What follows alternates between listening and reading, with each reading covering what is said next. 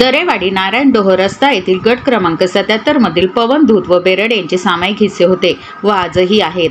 आम्ही भीष्म चव्हाण व इतर यांच्याकडून क्षेत्र खरेदी करताना बेरड व आमचे संलग्न कब्जेदार मोहिते यांच्या क्षेत्राच्या हद्द निश्चितेचा समझोता करार करून सदर क्षेत्र आम्ही डेव्हलपमेंटसाठी दिलेला होता। सदर क्षेत्रावर 10 सप्टेंबर 2024 या दिवशी उद्घाटन करून डेव्हलपमेंटचे काम प्रत्यक्ष चालू करताना मच्छिंद्र बेरड हे स्वतः उपस्थित होते व त्यांच्या हस्ते नारळ वाढून जमिनीचे डेव्हलपमेंटचे शुभारंभ करण्यात आले। असे असताना देखील केवळ दूषित बुद्धीने व बेरड यांची जमिनीवरील डेव्हलपमेंट बघून नियत फिरल्याने केवळ राजकीय आकाशपोटी मोठमोठ्या नेत्यांचे नावे घेऊन आम्हाला व्यापाऱ्यांवर राजकीय दबाव आणण्याच्या हेतूने बेरड यांना वाटले की आम्ही त्यांना जमीन कमी भावात देऊन टाकू व त्यांना पैसे देऊ। हे केवळ फक्त पैसे उकळण्यासाठी केलेला हा उद्योग आहे। सदर जमिनीमध्ये आमच्या संपूर्ण संलग्न कब्जेदारांचे पूर्वी व आजही कधीही कायदेशीर वादविवाद नव्हता व नाही। सदर संलग्न कब्जेदार यांच्या क्षेत्राची वहिवाटीची हद्द निश्चित करून सदर जागेवर पोलचे कंपाऊंड देखील बेरड यांच्या संमतीने मारण्यात आले आहे। सदर जागेवर मागील 20 दिवसांपासून काम चालू असताना नेमका आजच मच्छिंद्र बेरड यांना असे काय झाले की त्यांनी हा उद्योग केला। आम्ही व्यापारी कुठल्याही राजकीय दबावाला घाबरत नाही।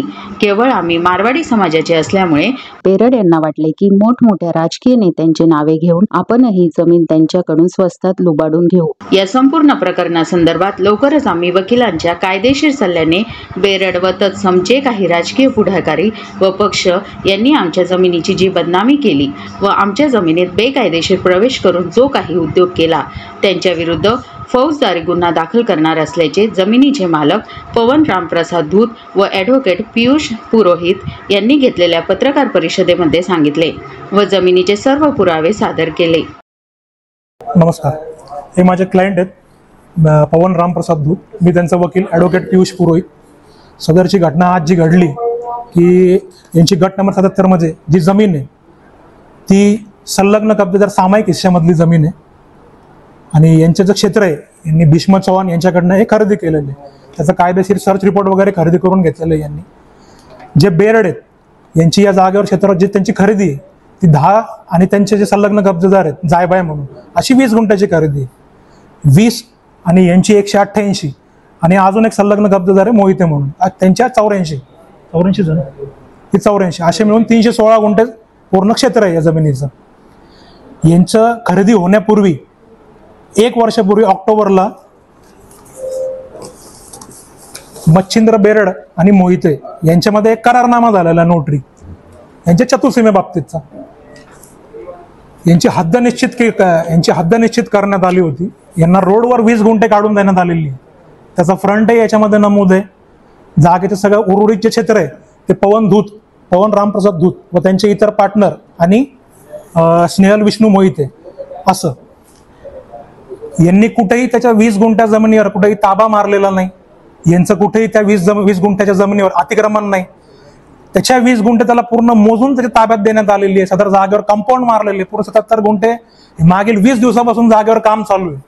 त्या उद्घाटनाला पण ते होते। हे मच्छिंद्र बेरड इथं उपस्थित आहेत।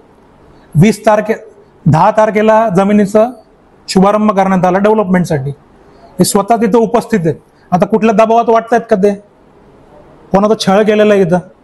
त्याची 1 गुंठे जागा यांना नकोय आणि स्वतःची पण 1 गुंठे त्याला देणार नाही। जर कुठला याच्यावर त्यांच्यावर अतिक्रमण केलं असेल यांनी, असं तो सिद्ध केलं जर त्यांनी कायदेशीर, तर त्याला पूर्ण जमीन अशीच दान करायला तयार आहे।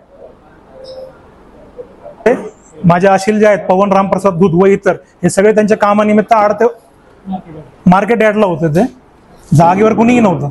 जागेवर जे डेव्हलपमेंट करणारे जे हरिभाऊ खरसे यांनी ज्यांना काम दिलेले हरी खरसे हे जागेवर होते। तिथं JCBने साफसफाईचं काम चालू होतं डेव्हलपमेंटचं, त्यांच्यासोबत वाद झाले।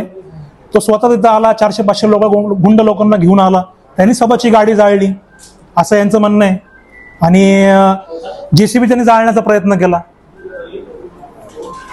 जे आहेत यांचे जे संलग्न कब्जेदार आहेत मोहिते आणि यांचे पार्टनर हे चर्चा करतील आणि लवकरच त्यांच्यावर जे काही राजकीय पुढारी किंवा पक्ष नेते जे दबाव आणतात आमच्या आशिलांवर त्यांच्यावर लवकरच फौजदारी गुन्हा दाखल केला जाईल।